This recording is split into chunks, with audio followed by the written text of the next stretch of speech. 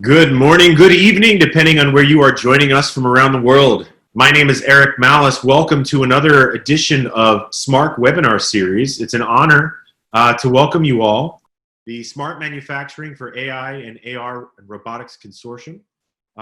We have been hosting a series of these webinars focused on some of the cutting edge challenges and developing technologies in the manufacturing space, bringing together experts, people who are running manufacturing companies, servicing manufacturing companies, from the design engineers to the floor managers, to the business managers, and even the people in marketing who need to understand these technologies to better connect to customers. We have a fantastic panel tonight of distinguished professionals who come from a range of backgrounds and really understand on the ground the issues that many of us in the manufacturing sector are dealing with. So what we're going to do today, we've got about an hour. We're going to hear an introduction from the founder of SMAARC, Rajesh Iyengar, who's a four-time founder himself of technology companies. And then I'm going to introduce a distinguished panel. We're going to have a discussion about some of the issues that are actually going on today in this COVID era and looking at ways where we can really improve around the manufacturing process. The theme today is augmenting smart manufacturing with artificial intelligence, augmented reality, and robotics for better productivity and efficiency. And those are going to be two key topics that we come back to. So we're going to cover the importance of AI in manufacturing's new normal in this COVID era, advantages of AR and its role in enhancing employee efficiency in the factory. We're going to talk about the impact that automation has had in micro and small and medium enterprises, the benefits of robotics in the manufacturing sector, as well as the challenges faced in implementing these different technologies. So with that, I'd like to introduce my good friend Rajesh Iyengar to speak for a few minutes about SMAARC, this larger initiative that has actually put this together. And then I will introduce the panelists and we'll begin our discussion. So with that, Mr. Iyengar, please. Yeah, thank you so much, Eric. Good morning, everybody. Thanks for joining. Special thanks to our panelists for coming over today. So before SMAARC, we are Lincode. We are an AI company. We help manufacturers identify defects, and we are primarily focused on visual inspection. So SMAARC is basically a community started primarily to educate the manufacturing sectors in Indian industry about how things are evolving in the smart factories across the globe. So we invite participants from across the manufacturing facility or AR or robotic ecosystem partners to be partnered with this SMAARC community. I invite everybody. You can be a speaker, you can be a participant, or you can provide some blogs. We welcome you to be actively participating in the community and help the community spread and grow the our manufacturing partners. So I welcome you all again, and I leave Eric to carry on about the conference. Thank you. Excellent. Thank you, Rajesh. So once again, for those that have joined in, you're now in for a really exciting treat. We're going to have a webinar, part of the continued SMAARC series, focused on smart manufacturing technologies in the new COVID era and the ways in which manufacturing companies can more effectively adopt new solutions around productivity and efficiency. So I'm going to introduce our panel in no particular order. What I'm going to do is announce each individual, and then please introduce yourselves and give a little bit more about your background. First on our panel, we have Avinash Gangaya. He is the technical manager of PTC. Avinash, please. Thank you. Thanks, Eric. First of all, greetings to my fellow panelists here, and thank you, SMAARC, for the opportunity to be here. And my name is Avinash Gangaya, part of the PTC's tech sales team. Been with PTC for about 6 years now, and working closely with organizations and helping them take the augmented reality journey in terms of the way they use these technologies in India South. So that's about me. Over to you, Eric. Thank you. Wonderful. Welcome, Avinash. Next up on our panel, we have Mr. Pradeep David, General Manager for South Asia at Universal Robotics. Pradeep? Pradeep, I believe you are on mute, sir. Yeah, apologize for that. Good morning, everyone. Pradeep David with Universal Robots, and thanks, SMAARC, for this opportunity to talk to all your the people attending. My background, we basically started this company here in India 5 years ago. It addresses collaborative robots, and it's basically introduced this technology to the market, this Industry 4.0 device called a cobot. So that's about me. Mm-hmm. Fantastic. And we'll be talking more about cobots throughout this discussion. Welcome, Pradeep. Thank you. And then third, we have Mr. Rajesh Nath, Managing Director, German Engineering Federation at VDMA. Rajesh? Yeah, good morning, friends. I would like to thank SMAARC for bringing us together for this interactive session today. My name is Rajesh Nath. I head the German Engineering Federation, VDMA.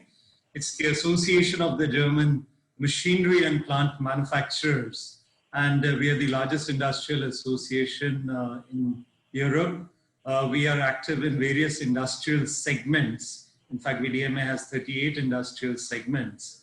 I have about 30 years of work experience, and I'm passionate about automation and application of automation in the manufacturing sector, and looking forward to an interesting interaction today with the other co-panelists. Thank you very much. Welcome. Thank you, Mr. Rajesh. Then next up on the panel, we have Mr. Vikas Dabir, Director, India Site Operations at Applied Materials, India. Vikas. Vikas, you're on mute. I don't know if you can hear us right now. If you would introduce yourself.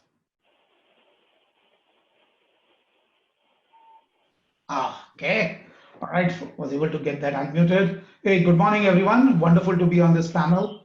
I'm Vikas. I work for Applied Materials. I moved back to India around 7 years ago after several years in Singapore and US. But I've been working in semiconductor field for a long time. I take care of operations in India. Applied Materials operations in India is more of a R&D and E, but we have a large manufacturing engineering group in addition to all our design engineering, mechanical, software engineering.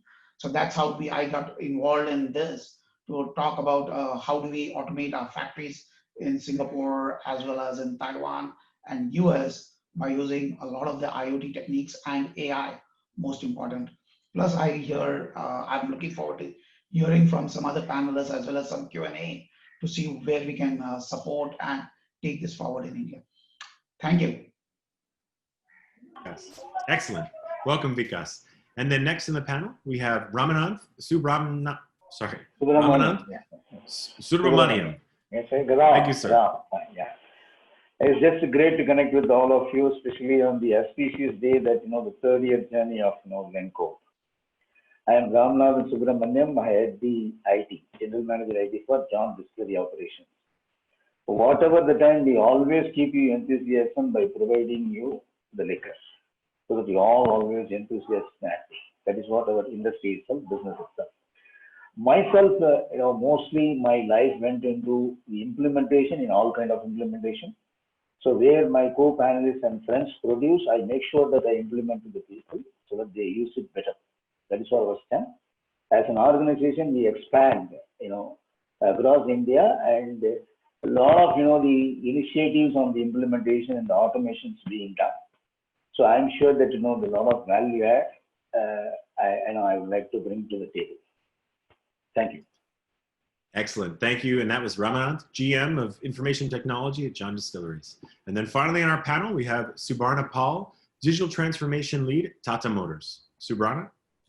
Yeah, hi, Eric. Thank you for giving me this opportunity. And good morning and good afternoon to all of you based on your coordinates. So wonderful to be part of this, with the elite panelists here.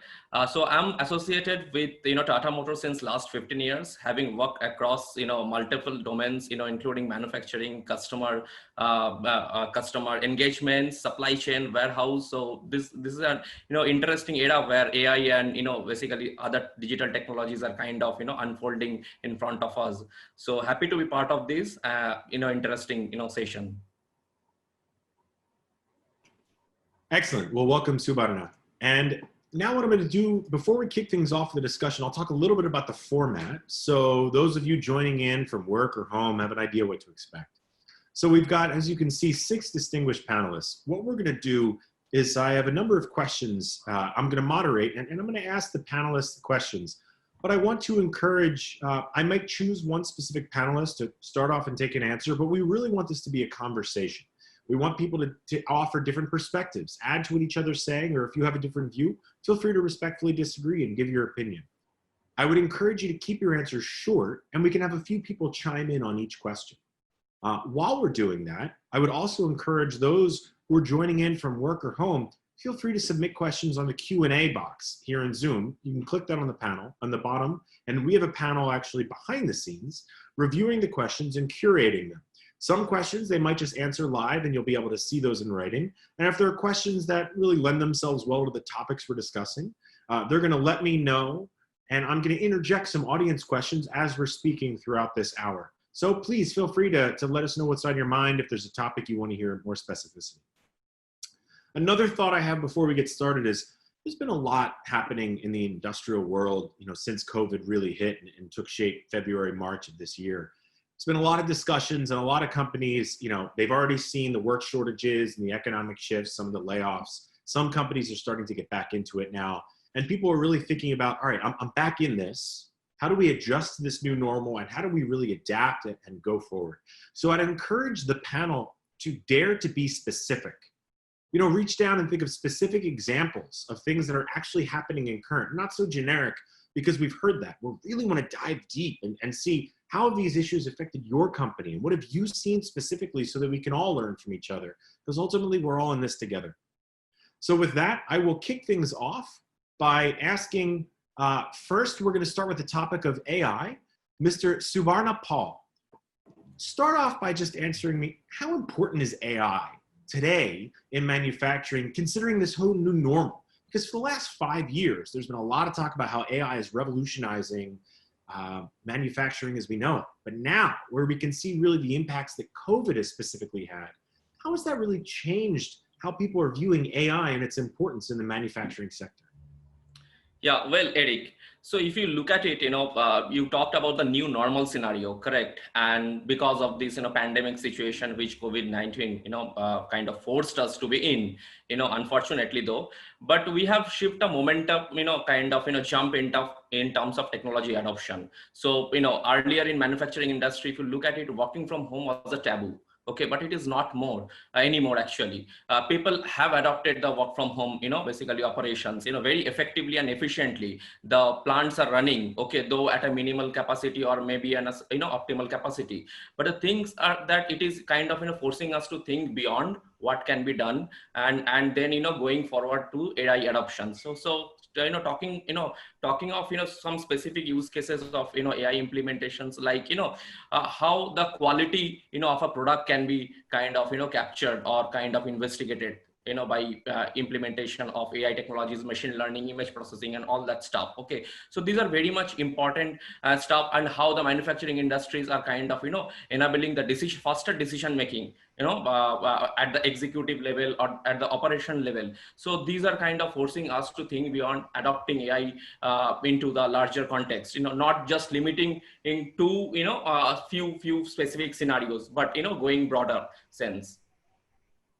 No, that's great. I really like the points you bring up specifically about with COVID, how there's a changing sentiment about the value of working from home. So I want to stick on that topic for a moment, see if anyone else in the panel wants to chime in. When we think about the ability to work from home versus in the factory and that flexibility, where do we see AI really having an impact in that type of dynamic? Anyone, please.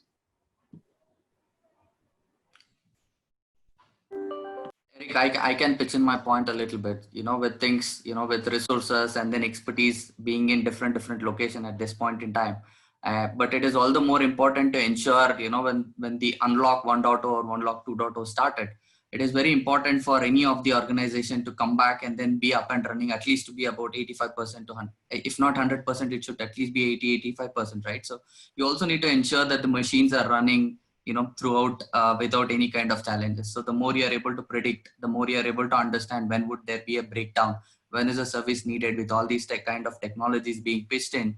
It is very important, and then it also helps you to mobilize your resources accordingly. So this is something that would probably help, and AI definitely brings in a lot of value in that phase there.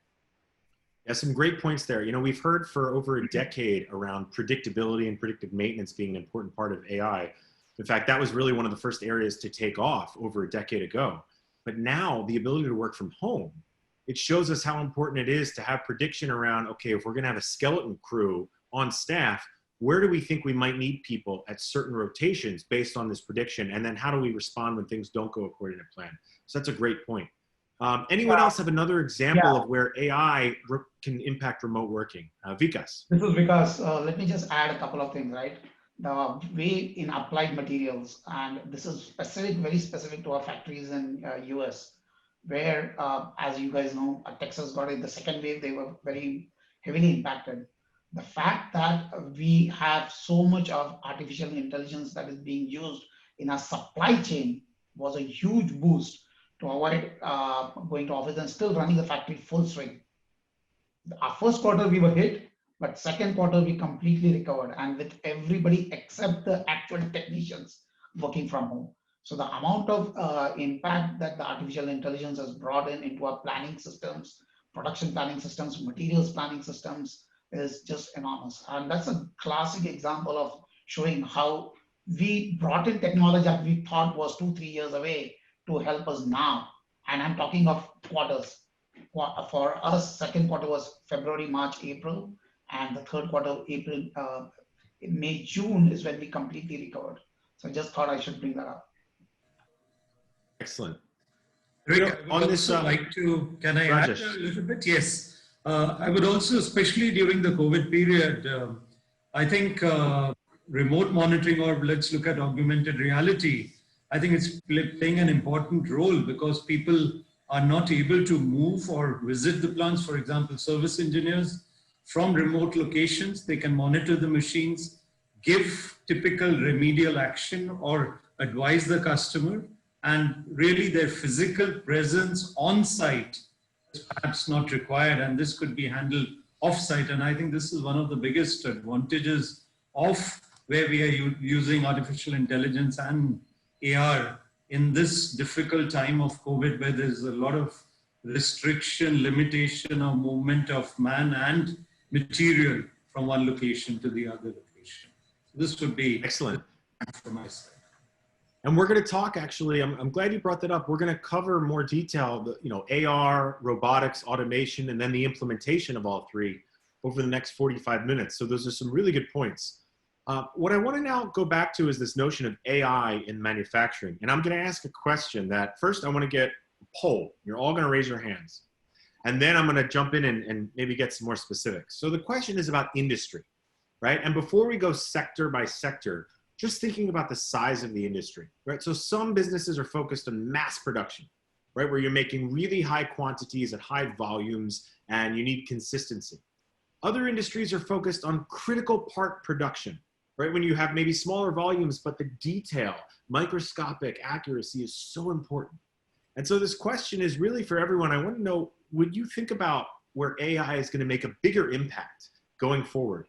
I want to know how many of you think it's on the mass production high volume side, and how many of you think it's on the kind of microscopic precision side? But before you answer, of course the answer is both, right? Because there's going to be a place for AI in both. And we're going to get into that. But before you just pick both, I want to hear some gut reactions of where do people think it's going to be more. So I want to do this by a hand raise, not the Zoom hand raise. We can all see. We'll physically put our hands up. So first, for those of you who think AI is going to be on the bigger impact on the mass production side, raise your hand now. For those of you that think, okay, we have one, Mr. Ramanand. For those of you who think that AI is going to have a bigger impact on the micro precision processes of manufacturing, raise your hand. Wow. All right, so we've got 4 for that. We've got Mr. Ramanand for the first one, and then Subarna, you didn't put your hand up. So I'm going to call on you first.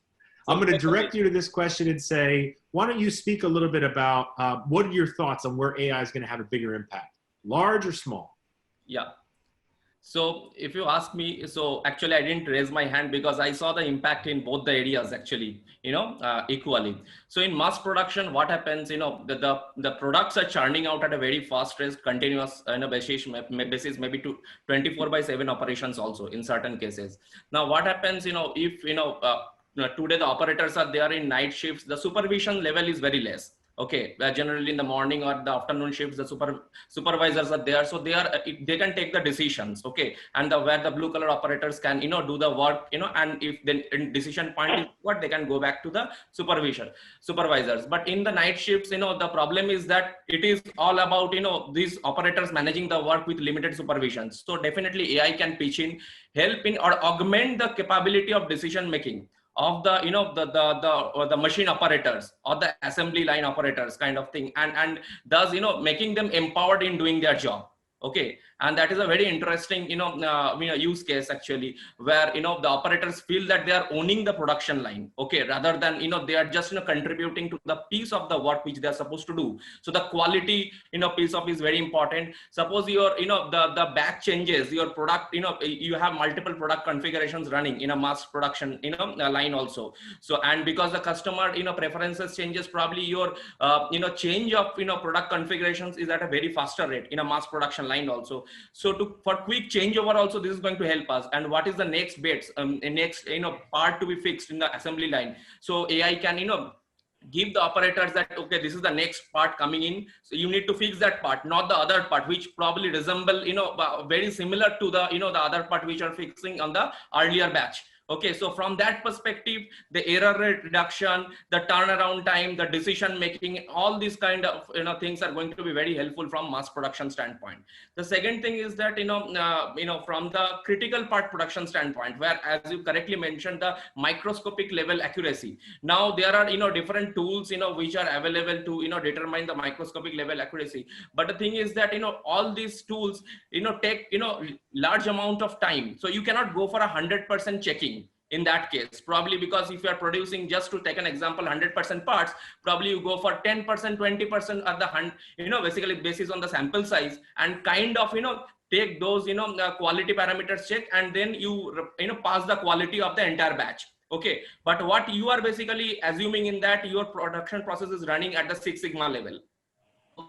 Okay, but what happens in between, because of some parameter changes or something happens, okay, or some quality input material quality changes, where probably you don't have that much control, your microscopic level variations will lead to at the end of the day some failure 1,000 miles apart. Okay, away. So in that case, checking each and every product or every part is very important, and they are definitely the image processing technology can come in handy, and kind of, at least if not the 100% level, but it can very well make that quality checking from 20% to 80% level. Okay, and you can have a random check, and all those sampling size can be mixed and matched, so that you have a greater control on your output. And these are the two basic things which I think of from a mass production and critical part manufacturing standpoint.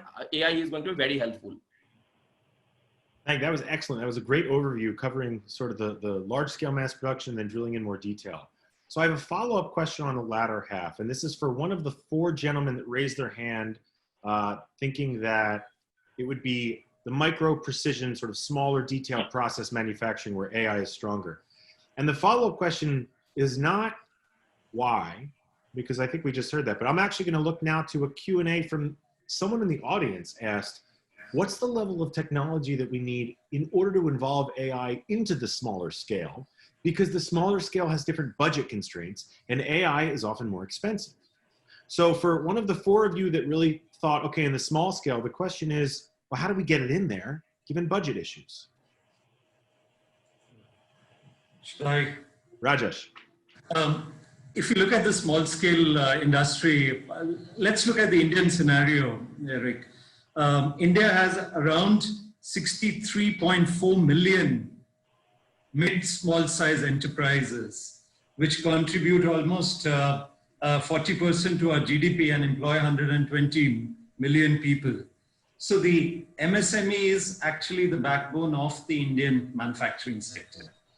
And this is where I think there is a requirement of adoption of automation, because a typical MSME is still largely run manually using paper and manual labor. And unless and until we can help our MSMEs to move the next level, and I think what are the constraints for the MSME sector?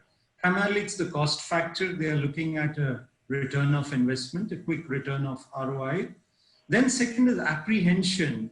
They do not have skilled manpower available. So there's always an apprehension if I go for automation, will I be able to withstand or will I be able to continue my production if any disturbances come, there's any disruption. And this is where I think it is very important for the MSMEs to identify certain critical operations and look to take baby steps. You don't need to go for the full gamut of automation. You're not going to automate your complete plant, but look at certain baby steps you can undertake at this stage with automation.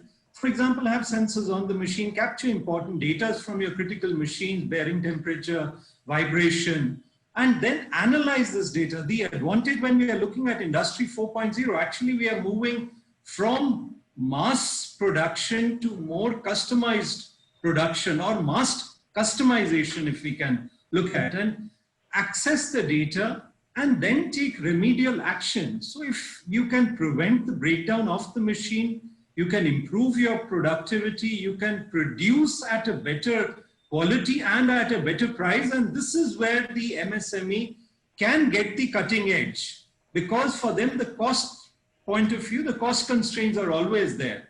So that is my feeling, that if they adopt certain baby steps at this stage and implement these baby steps, they can get a faster return of investment, and due to that increase their productivity, as well as this will give them the cutting edge in comparison to the other MSMEs. So this would be my contention. I think that's a great point. You know, I just want to highlight a couple things you said. One is that with AI, we're able to adapt to more customized design specs faster.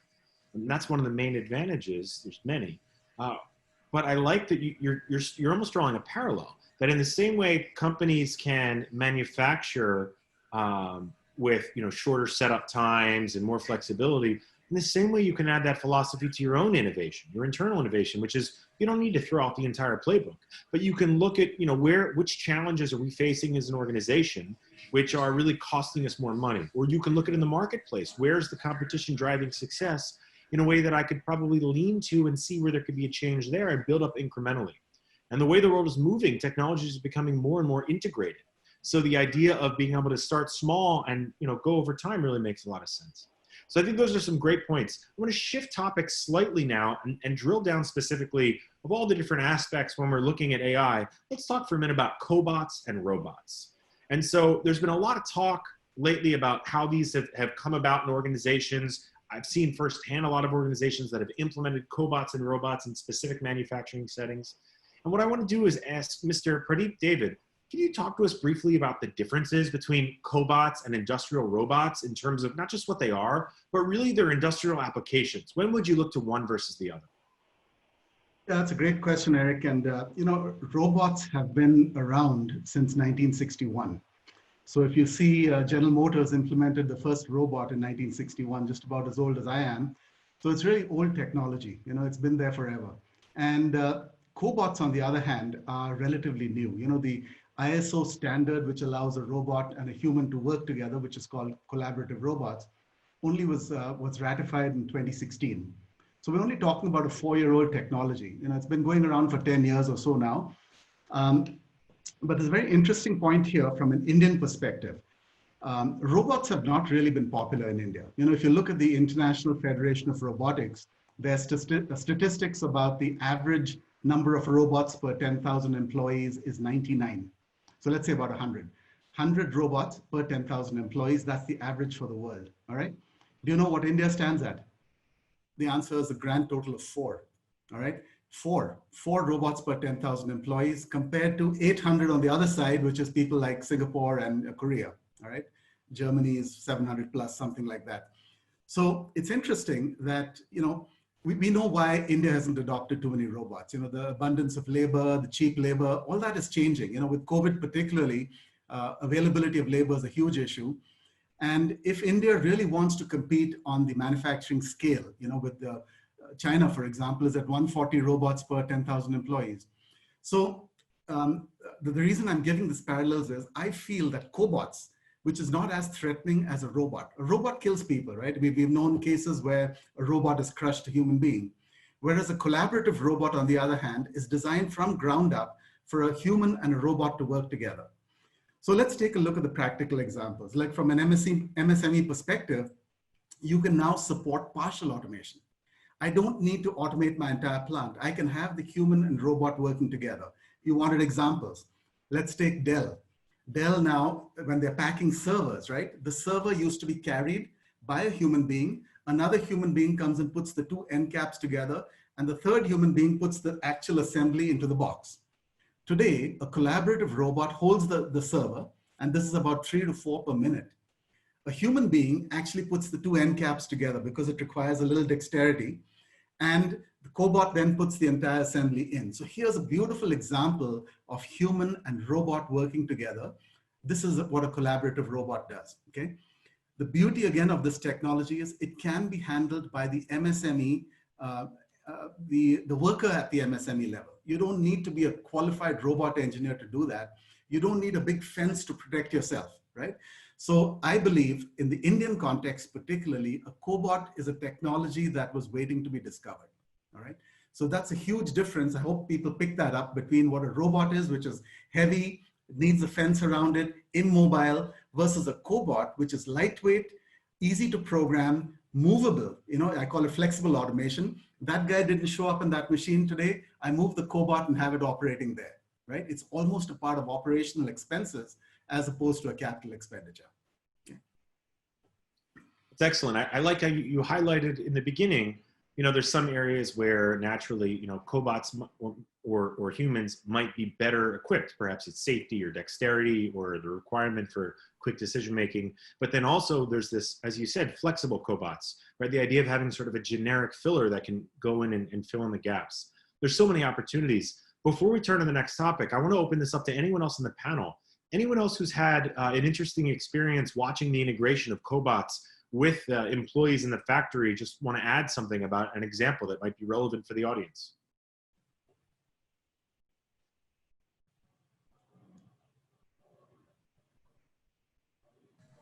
Maybe I think to that, or yeah, Mr. Ramanan. yeah, I think, you know, one of the automation, you know, the similar, there's a beautiful example given, just adding what Pradeep said. I think one of the scooter manufacturing factory, the bolts are put by human beings wherever the bolt has to come, you know, wherever the bolt's supposed to be placed, and the robot goes and tightens the bolts.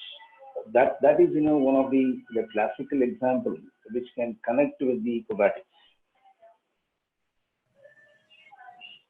Maybe I'll just Excellent. add So to different that. bolts and scooters in manufacturing. That's good. Another example? I think, Eric, as Pradeep mentioned about the cobots, it's not only, of course, in the manufacturing industry, there are a lot of applications with the MSMEs also working, where the cobot is working more as an extended arm. So especially in COVID period, where we have multiple issues, we have the distancing issue, we have the safety issue of workers, we have issue of migrant labor, limited labor force availability at present. So I think there, especially for the MSME, the cobot works very well because he is working with like an extended arm of a worker. And rather than having 2 or 3 workers all around and with the COVID risk, I think a cobot would really fit in this requirement. And plus there is the flexibility also of the cobot. Now, if you're changing your manufacturing processes a little bit, the cobot can, because it's a flexible instrument, or if it's a very flexible, you can move the cobot around the line. So it's not unlike a robot which is fixed and you need a lot of installations. Here, certainly the cobot is really flexible and you can move around the cobot to fit in your manufacturing process. And I think we are seeing now application of cobots much beyond manufacturing also, be it in the hospitality industry during COVID period also. I remember Pradeep was mentioning about in the medical field also. In fact, the swab tests are being conducted by the cobots for COVID. So I think there's really a lot of applications of cobots, and I think it's still an area, Pradeep, if I'm correct, which is being explored. New and new applications are coming up for cobots, much beyond only limiting it to the manufacturing sector also. Yeah, well said, Rajesh. I mean, we were doing a seminar recently on the sweets and namkeens. One would think, what is sweets and namkeens? Are they really a business? I was surprised to find out that they're a 1 lakh crore business. Indian sweets and namkeens means like wafers and Indian stuff, Anyway, these guys have now seen the benefits of how cobots can help them with palletizing and packaging their stuff, right? Both from a hygiene perspective and from an efficiency and quality perspective. And Eric, you mentioned we're going to talk about productivity, quality, and efficiency. And these are great where MSMEs, who typically did not use technology can immediately start their journey towards Industry 4.0 with this kind of technology. Fantastic. And also not to Avinash, forget please.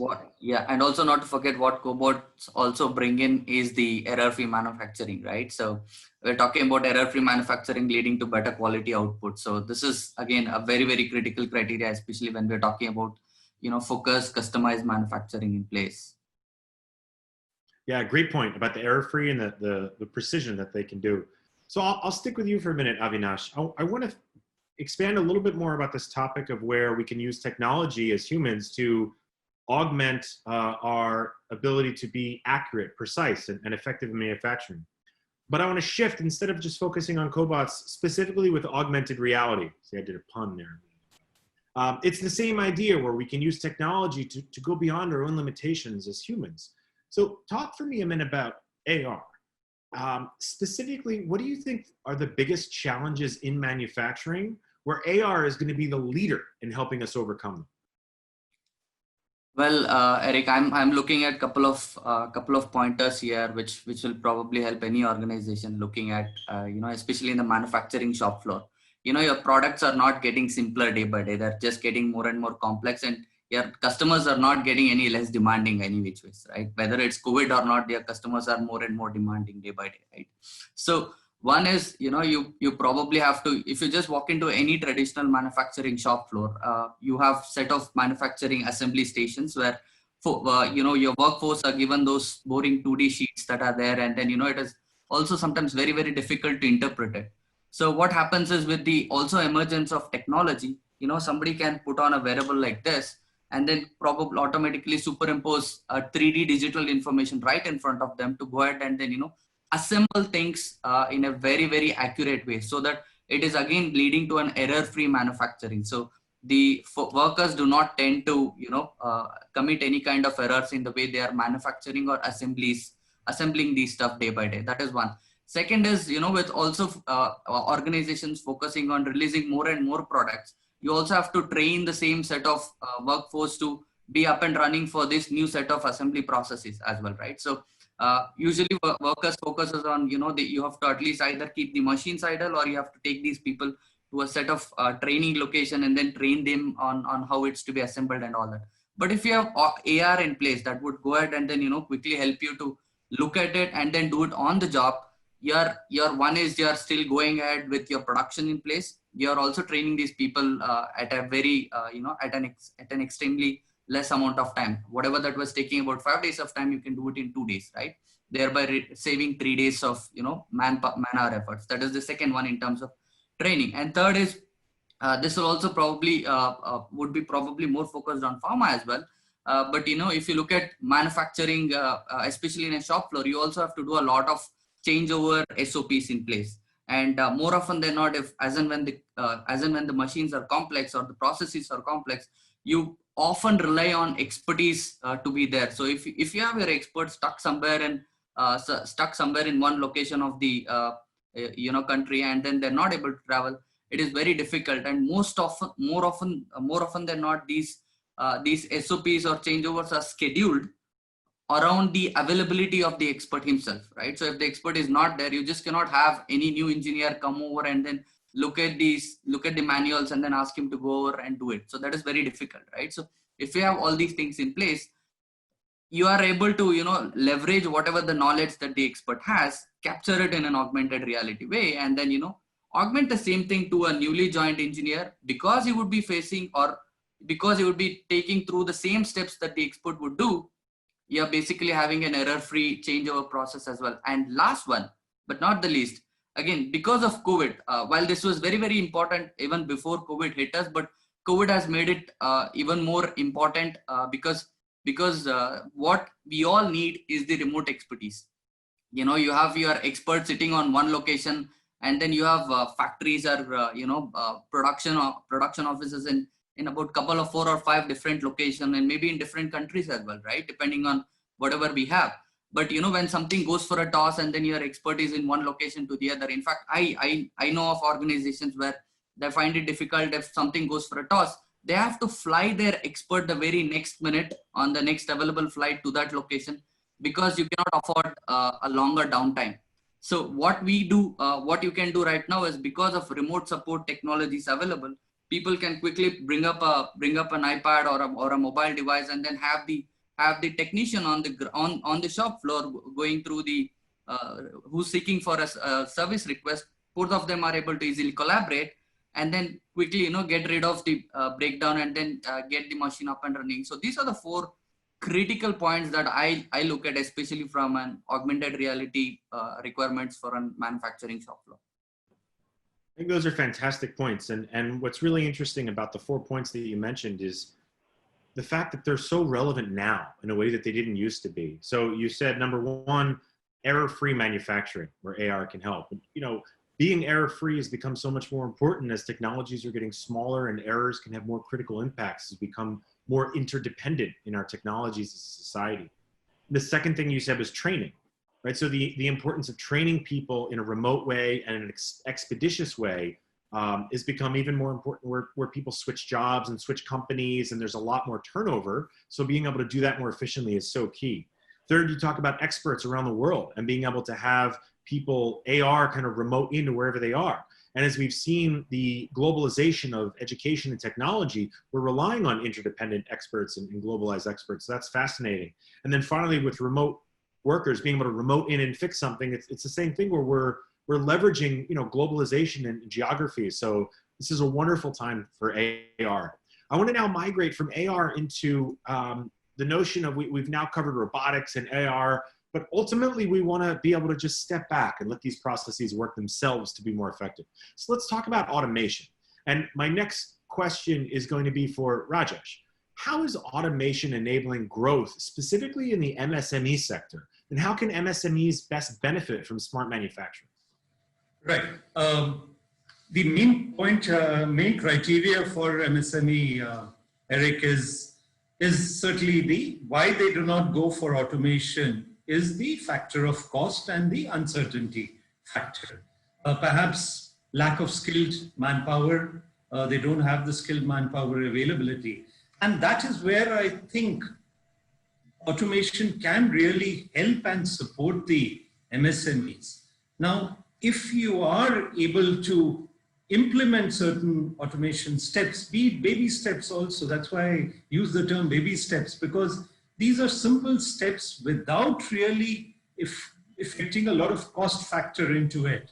And you are able to produce products out of that, which are error-free. We had Avinash talking about error-free. So the main aim is to have products, good quality products which will be without, you can have your manufacturing without breakdown coming into picture, and also how best you can increase your productivity.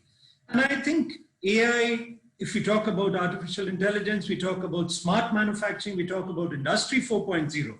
Actually, what is Industry 4.0 or smart manufacturing looking at? You're trying to integrate the various processes, be it your sourcing, your manufacturing, your processing, distribution, warehousing. You're trying to get all the processes in a line, synchronized in an automated manner, which ultimately will help you to improve your productivity, improve your efficiency, and give you better products. And then, of course, if we add components of remote monitoring, condition monitoring, preventive maintenance, now these are all factors which will help the MSME to run his production line without disturbances, without disruptions, without breakages coming into place. And then adding the augmented reality aspect of it. Again, I think Avinash gave a very good example, even for the MSME, the worker, if he, on the screen, he gets which all, even if he's not skilled to that level, but he gets all the instruction displayed on the monitor and he just has to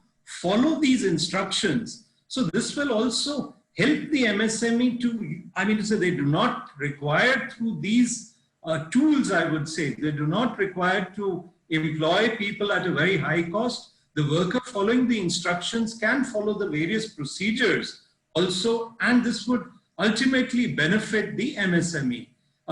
Maybe Pradeep, if I may be allowed, you mentioned about the COBOs. We talk about the 5 Ds, what is typically very beneficial for the for robos or COBOs in application, especially repetitive tasks. If you're using the repetitive tasks, so this is a typical application of cobot. Again, using cobots for tasks which are dangerous in application, where there is a danger of labor. Then using application again for polluting tasks, where there is a lot of pollution being created. And even now with the COVID coming in, we look also at distancing, social distancing. So these are all applications, I think, steps which the MSMEs can adopt, and they would ultimately gain and benefit from that. I would like to conclude perhaps, Eric, with the 3 R's. So we had the response. I mean, the COVID is a reality now. So you have to respond to the COVID, and what the automation can really help the MSMEs is build a resilient system. You have a resilient system in place so that if there are disruptions, coming into the system, you are resilient enough to overcome these disruptions or disturbances. And if we look at, if I may conclude with I would say the human machines progress. That's our motto at VDMA. So we say humans and machines work together for the progress of the industry, for the progress of economy, for the progress of the nation. And I think if we can get all these 3 coming together and working in a synchronized manner, it will ultimately benefit the MSME, it will benefit the manufacturing industry, and it will benefit India also. Thank you. Interesting. Now that's amazing. You covered a lot there, and I wanted to ask some follow-up questions about India specifically, but actually I'm going to hold off on that. Okay. And I'm going to have that be my last question for everybody. What I want to ask now is, because we're starting to get toward the end here, we've covered a lot of different technologies and where they can really benefit. Now, let's talk for a minute about implementation. And Ramanath, this is for you. When we're talking about AR, AI, robotics, what do you think are the greatest implementation challenges that are to be expected now in this post-COVID new normal era? Yeah, absolutely. Yeah, I think, specifically the game of implementation always between the D, P, F, and S. Let me just put it, in the simplest way. Any desire or dire need, based on that, you start discovering it. The D, number 1, either you have a desire or dire need, number 1.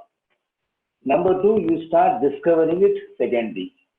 Third D, you get into design. The 4th D, you get into development. The 5th D, you get into deployment. And if you really do that, there is a P portion. What is P portion here? It is the people, perception, politics, and psychology. What is the F here? Either I'm going to fail, then F, I'm going to success. If you really put together the implementation, it can be, because this is also the change management comes into that. If the change is not managed well, the minute I say change, first I get into fear psychology. What change is going to bring? So these are all the numbers and the things playing around the entire implementation. Everything, if you do it well, all these better, do it well, you get into a dividend, which is your success. Otherwise, you get into other D, which is disaster or disappointment. So at the end of the day, because people are driven by fears, people are driven by future. So the entire implementation, if you really see, apart from the challenges around, apart from we understand about the business case and the business requirement and the cost benefit analysis, we also need to understand the whole ecosystem of the The people, because process and technology can bring it. But it's all because the people are driven by perception and politics and fear and psychology. We need to understand that component, which majority of the companies or majority of organizations, this is one of the biggest missing components. Because they think that, I'm just adding more and more technology is going to solve the problem. Because it's implementation challenges, because implementation is nothing but you are make sure that you are reaching the entire, whatever your products or service or anything to the end customer. The end customer ultimately is a human here. It is not only the robots, it's a human here. So generally we need to understand all these components apart from purely, you have to go more than your cost benefit analysis, more than your entire business objective. Because at the end of the day, who is going to make our business people? So what I really saying that the challenges and also people, when you get into that, the three possible readiness you get into that. Before you have, the minute you have a business case, then we need to get, before we start the project, we need to have a component called enterprise readiness assessment. Meaning the people readiness, the process readiness, the data readiness. Then the things can go. Because what I see in majority of the implementation challenges around basically the missing piece or anything. See, you can talk about AR, API, AR, the machine learning, and also robotics. Because at the end of the day, this is definitely going to help the business, and the business benefit is going to reach to the either human being or the organization is run by the human being. So we need to see that the challenges around all these things and the change management, which is another missing part. Because the change management, there's two change management here. One is the software-driven changes. Another one is the people-driven behavioral changes. So these are all the critical components in majority of the organizations. This generally is a missed piece. The minute I say I'm going to put a robot, people think my job is going away. And we need to really, be moderate this, and we need to really take this into a very, very, clearly, because any change management going to bring you two things: resistance, number one. Number two is going to bring more and more the missed stakeholder management. That is another missing piece in any implementation. So just to answer precisely the questions, apart from the business cases, many organizations missing piece are change management and the people aspect.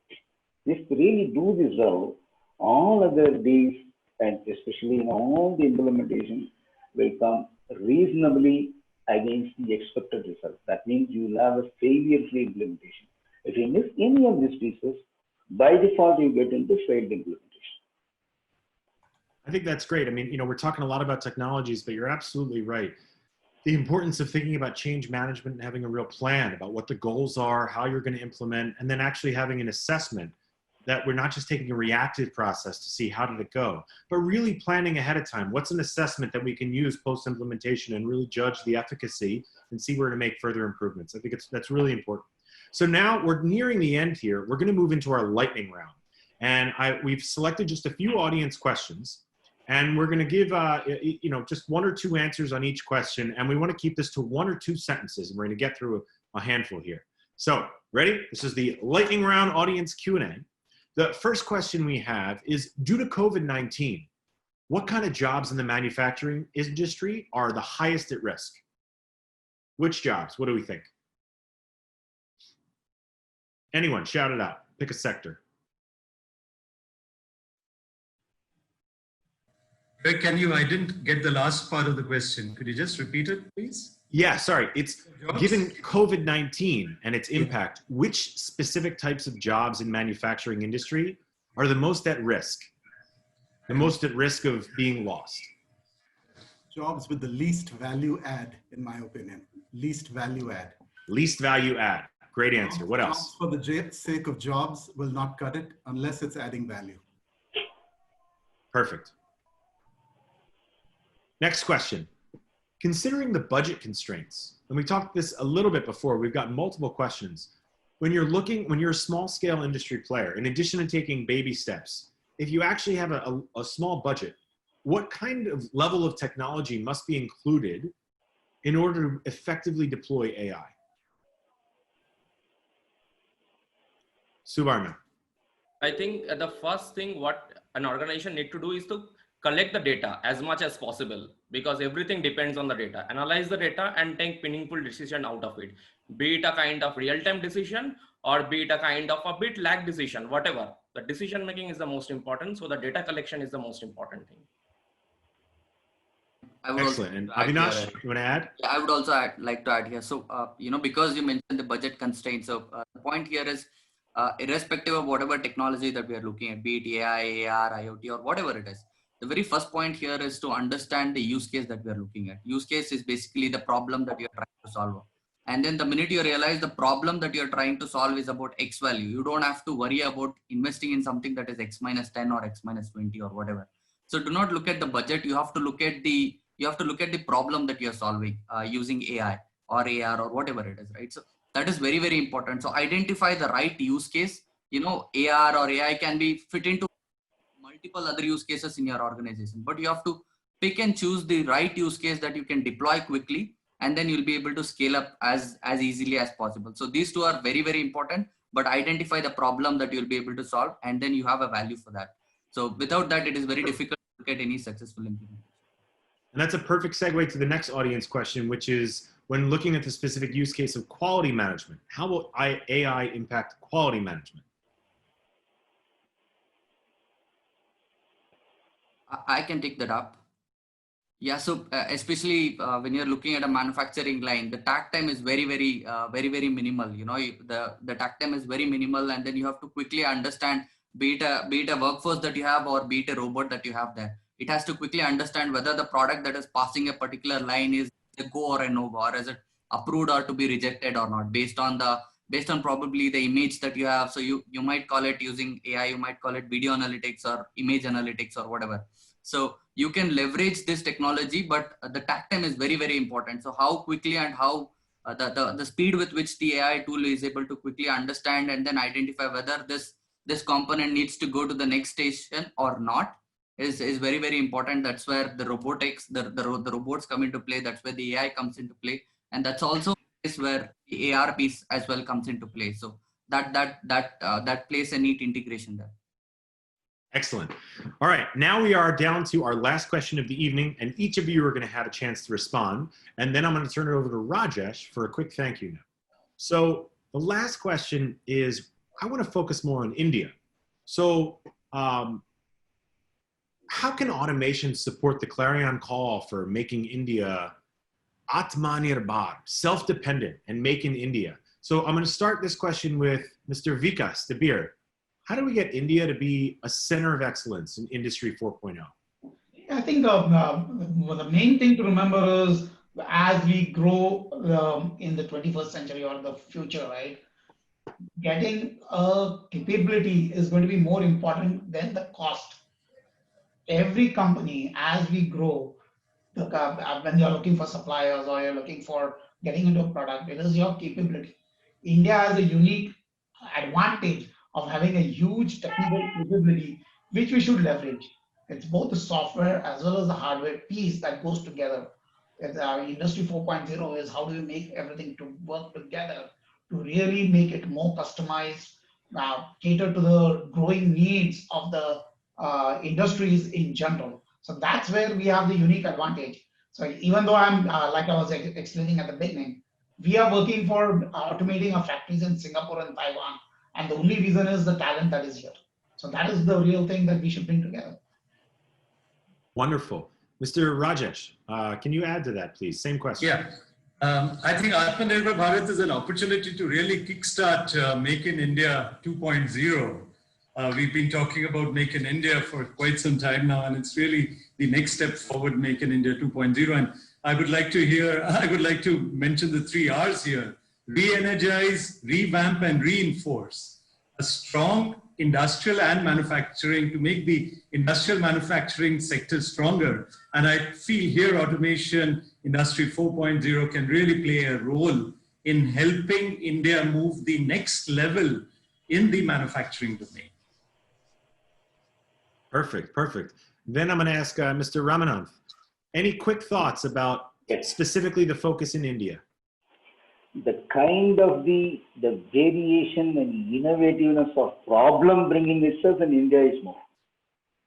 they definitely, the minute more problem you bring, people bring, then you have an opportunity to solve. So that, you have all the millions or billion combination of problem, you can get it here. So, your solution can be more, proven. We can make a better solution. Perfect. If I go straight road, there is a side road, the car will come. This is side road, scooter will come. That side road, auto will come. This side road, cycle will come. Just think the kind of the complexity comes. Wonderful. Mr. Subarna, same question. India. Yeah.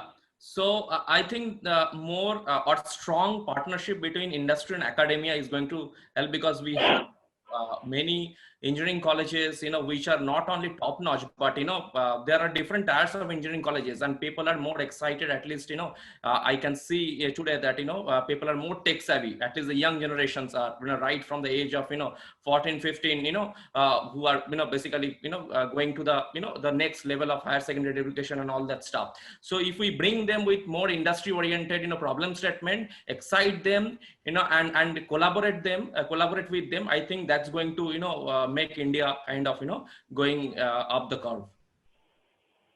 That's excellent. And in addition to being a startup advisor and co-founder, I'm also a professor of entrepreneurship in Silicon Valley. So I really love that answer. I think the partnerships between academics and technology companies is really a big future. Mr. Avinash, same question to you.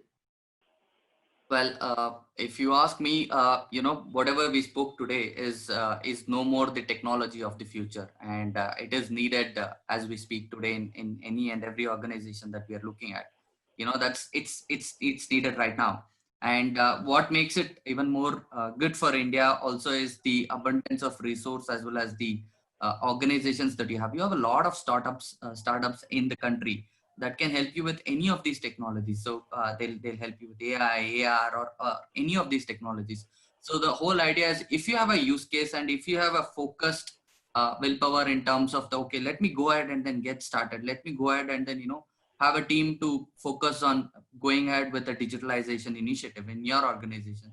You'll definitely do not have to worry about looking at anybody else coming outside and then trying to help you out. You already have enough amount of resources to go ahead and then help you get started. So that is very, very important. So getting started, taking the first step ahead is the key. Wonderful. And then Mr. Pradeep, final word on the topic from you, sir. Yeah, I've long been of the opinion that the government statement, make in India, should be modified. It should say make with quality in India. I think that's a huge one. We underestimate the effect of variability in our products, And if, for example, we excelled like the Germans did in the manufacture of cars, there's no end to where Indian products are going to reach, I'm very proud to say that an SME with 10 CNC machines can afford cobots today, as long as they put their mind, just like Avinash said, put their mind to it. Cost is not a factor anymore. There are financing schemes that help you get off the ground. So don't hide behind the veil of this is not affordable. It is affordable. Guys with 10 CNC machines are doing it. I have a guy who does dal packaging, a small company, not a HUL, not a PNG. These guys can afford this technology, but they're taking the first step to get started with make with quality in India. I think that's a fantastic point to end it on. We're talking about effectiveness, efficiency, precision. We're covering AR, AI, robotics, and ultimately it's not just about building, but about building a quality product and really changing the world. So it's been a true honor. I want to thank each and every one of you for joining us and sharing your time on this panel. Just before we let you all go, I know we're a few minutes over, but I wanted to hand over the mic to Mr. Rajesh Iyengar, again, the orchestrator of the entire SMAARC ecosystem, to just have a brief thank you note for our panel and to close out our evening. Rajesh. You're on mute, buddy. Yes, thanks, Eric. Thank you so much, Eric, for filling in. And thank you so much, every panelist. We are really happy that, you could take us. And I was just told that some of you had stopped taking webinars, but, on a special request from LinCode, you accepted for the webinar. Thank you so much. And as I mentioned earlier, when we started this panel, there are a lot of webinars happening, and we want to make sure this is not just one of them, and we want to make as much as helpful for the manufacturing ecosystem as possible. And that is the prime reason that, we stay away from any kind of a direct or indirect marketing, and we want to keep it clear to the manufacturing segment. And thank you so much for all the participants who came today and spent their valuable 1 hour of their time today. And hope this was really useful for all the participants. And we would like to make much more events like this in the future. But again, we don't want to be crowding this webinar and taking unnecessary time of anybody. And we want to make sure we are really, really useful for all the people who are going to attend this. So hope this was useful for everybody. And I'm sure our panelists have given their best in making our manufacturing friends to understand what's happening in the global footprint. And we love to hear the feedback, both from the panelists as well as the participants. So please do send us the feedback. info@smaarc.org is the website and email address, sorry. So please do send your feedback.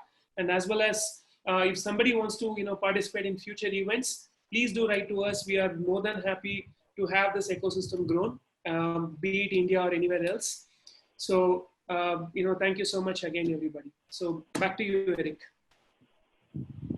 That's it for me, but thank you all from the bottom of my heart. If anyone has any questions or follow-up, check out SMAARC.org. You can reach out to the panelists directly or reach out to SMAARC and we'll get you connected. It's all about helping each other in the ecosystem. So be safe, be humble, and be bold. Namaste.